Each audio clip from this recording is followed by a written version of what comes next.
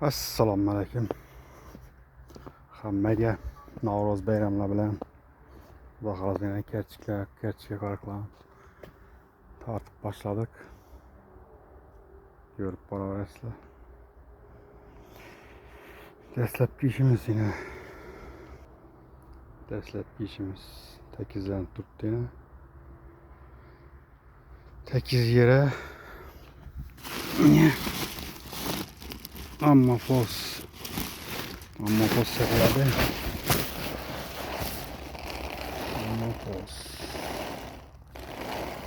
1000 metre 40 kilo sepilib keyin qariq tartiladi. Qariq necha desangizlar shu 120 ga tartilgan qariqlar yine 120 ikki tomonlama ekiladi. Yine biri beri ekiladi, biri beri ekiladi. Şimdi ketaveradi yine. Biri beri, bir qarishdan. Sizlar ham bo'ladi. Eğer bir qariqdan tartaman desangizlar 80 sant oladi. Biz shunda o'lchab o'tganmiz yine. İp tortib, iz tashlab, shuni izinden doğru etib tartsangizlar bo'ladi.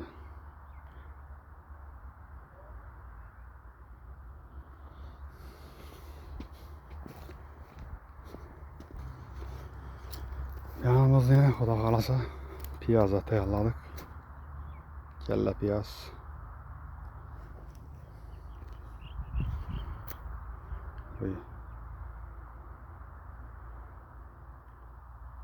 Kella piyoz güzekki bo'ladi Xudo xolasa.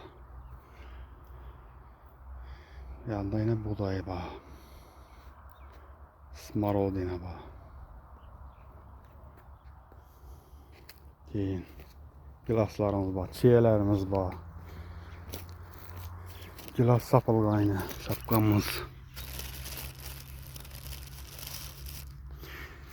Gilas sapkutmuz gilas.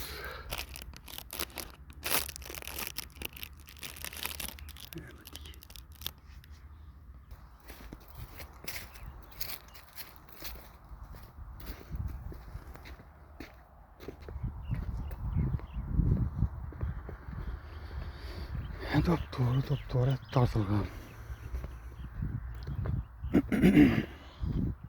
Xudo xolasa ertaga ekamiz mana. Piyozimiz yine.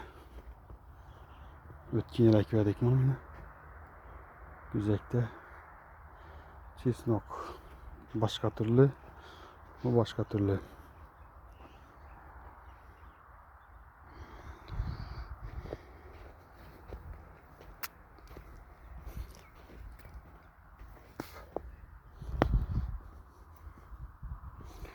Hammaya rahmet.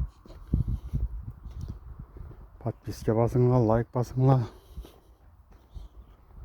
Sizlere faydalı video çıkarıp beraberimiz Xudo xolasa.